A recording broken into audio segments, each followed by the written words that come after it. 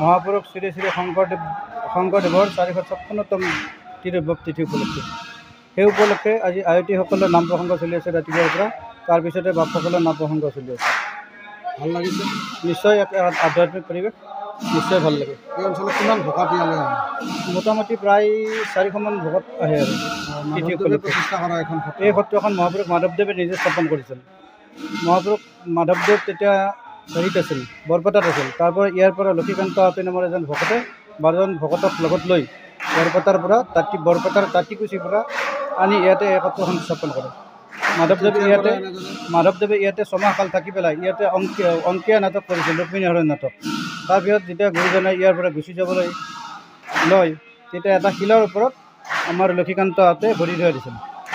আৰু এই ভৰি ধুৱাই দিয়াৰ পিছত তেওঁক তাতে ৰামুখুটা বুলি এটা নদী আছে, সেই নদীটোত নাৱত তুলি থৈ আহে। আৰু নাৱত তুলি থৈ অহাৰ পিছত তেওঁ আহি পেলাই দেখে যে যিটো শিলত মাধৱদেৱক গুৰুজনক মানে হেৰি কৰিছিলে, ভৰি ধুৱাই দিছিল, সেই শিলচটাত মাধৱদেৱৰ ভৰি দুখনৰ পদ চিহ্ন চিহ্নিত হৈ আছে। আৰু এই পদশিলাটো এতিয়াও আমি সত্ৰত সংৰক্ষণ কৰি ৰাখিছোঁ। আজি ধুপৰগুৰি সত্ৰ হাজোৰ ঐতিহ্যপূৰ্ণ শ্ৰীমন্ত মাধৱদেৱ স্থাপিত এই ধুপৰগুৰি শংকৰদেৱ সত্ৰখন আজি এক প্ৰাণ ধৰি উঠিছে। এতিয়া লোকৰণ্য গতিত পৰিণত হৈ আছে।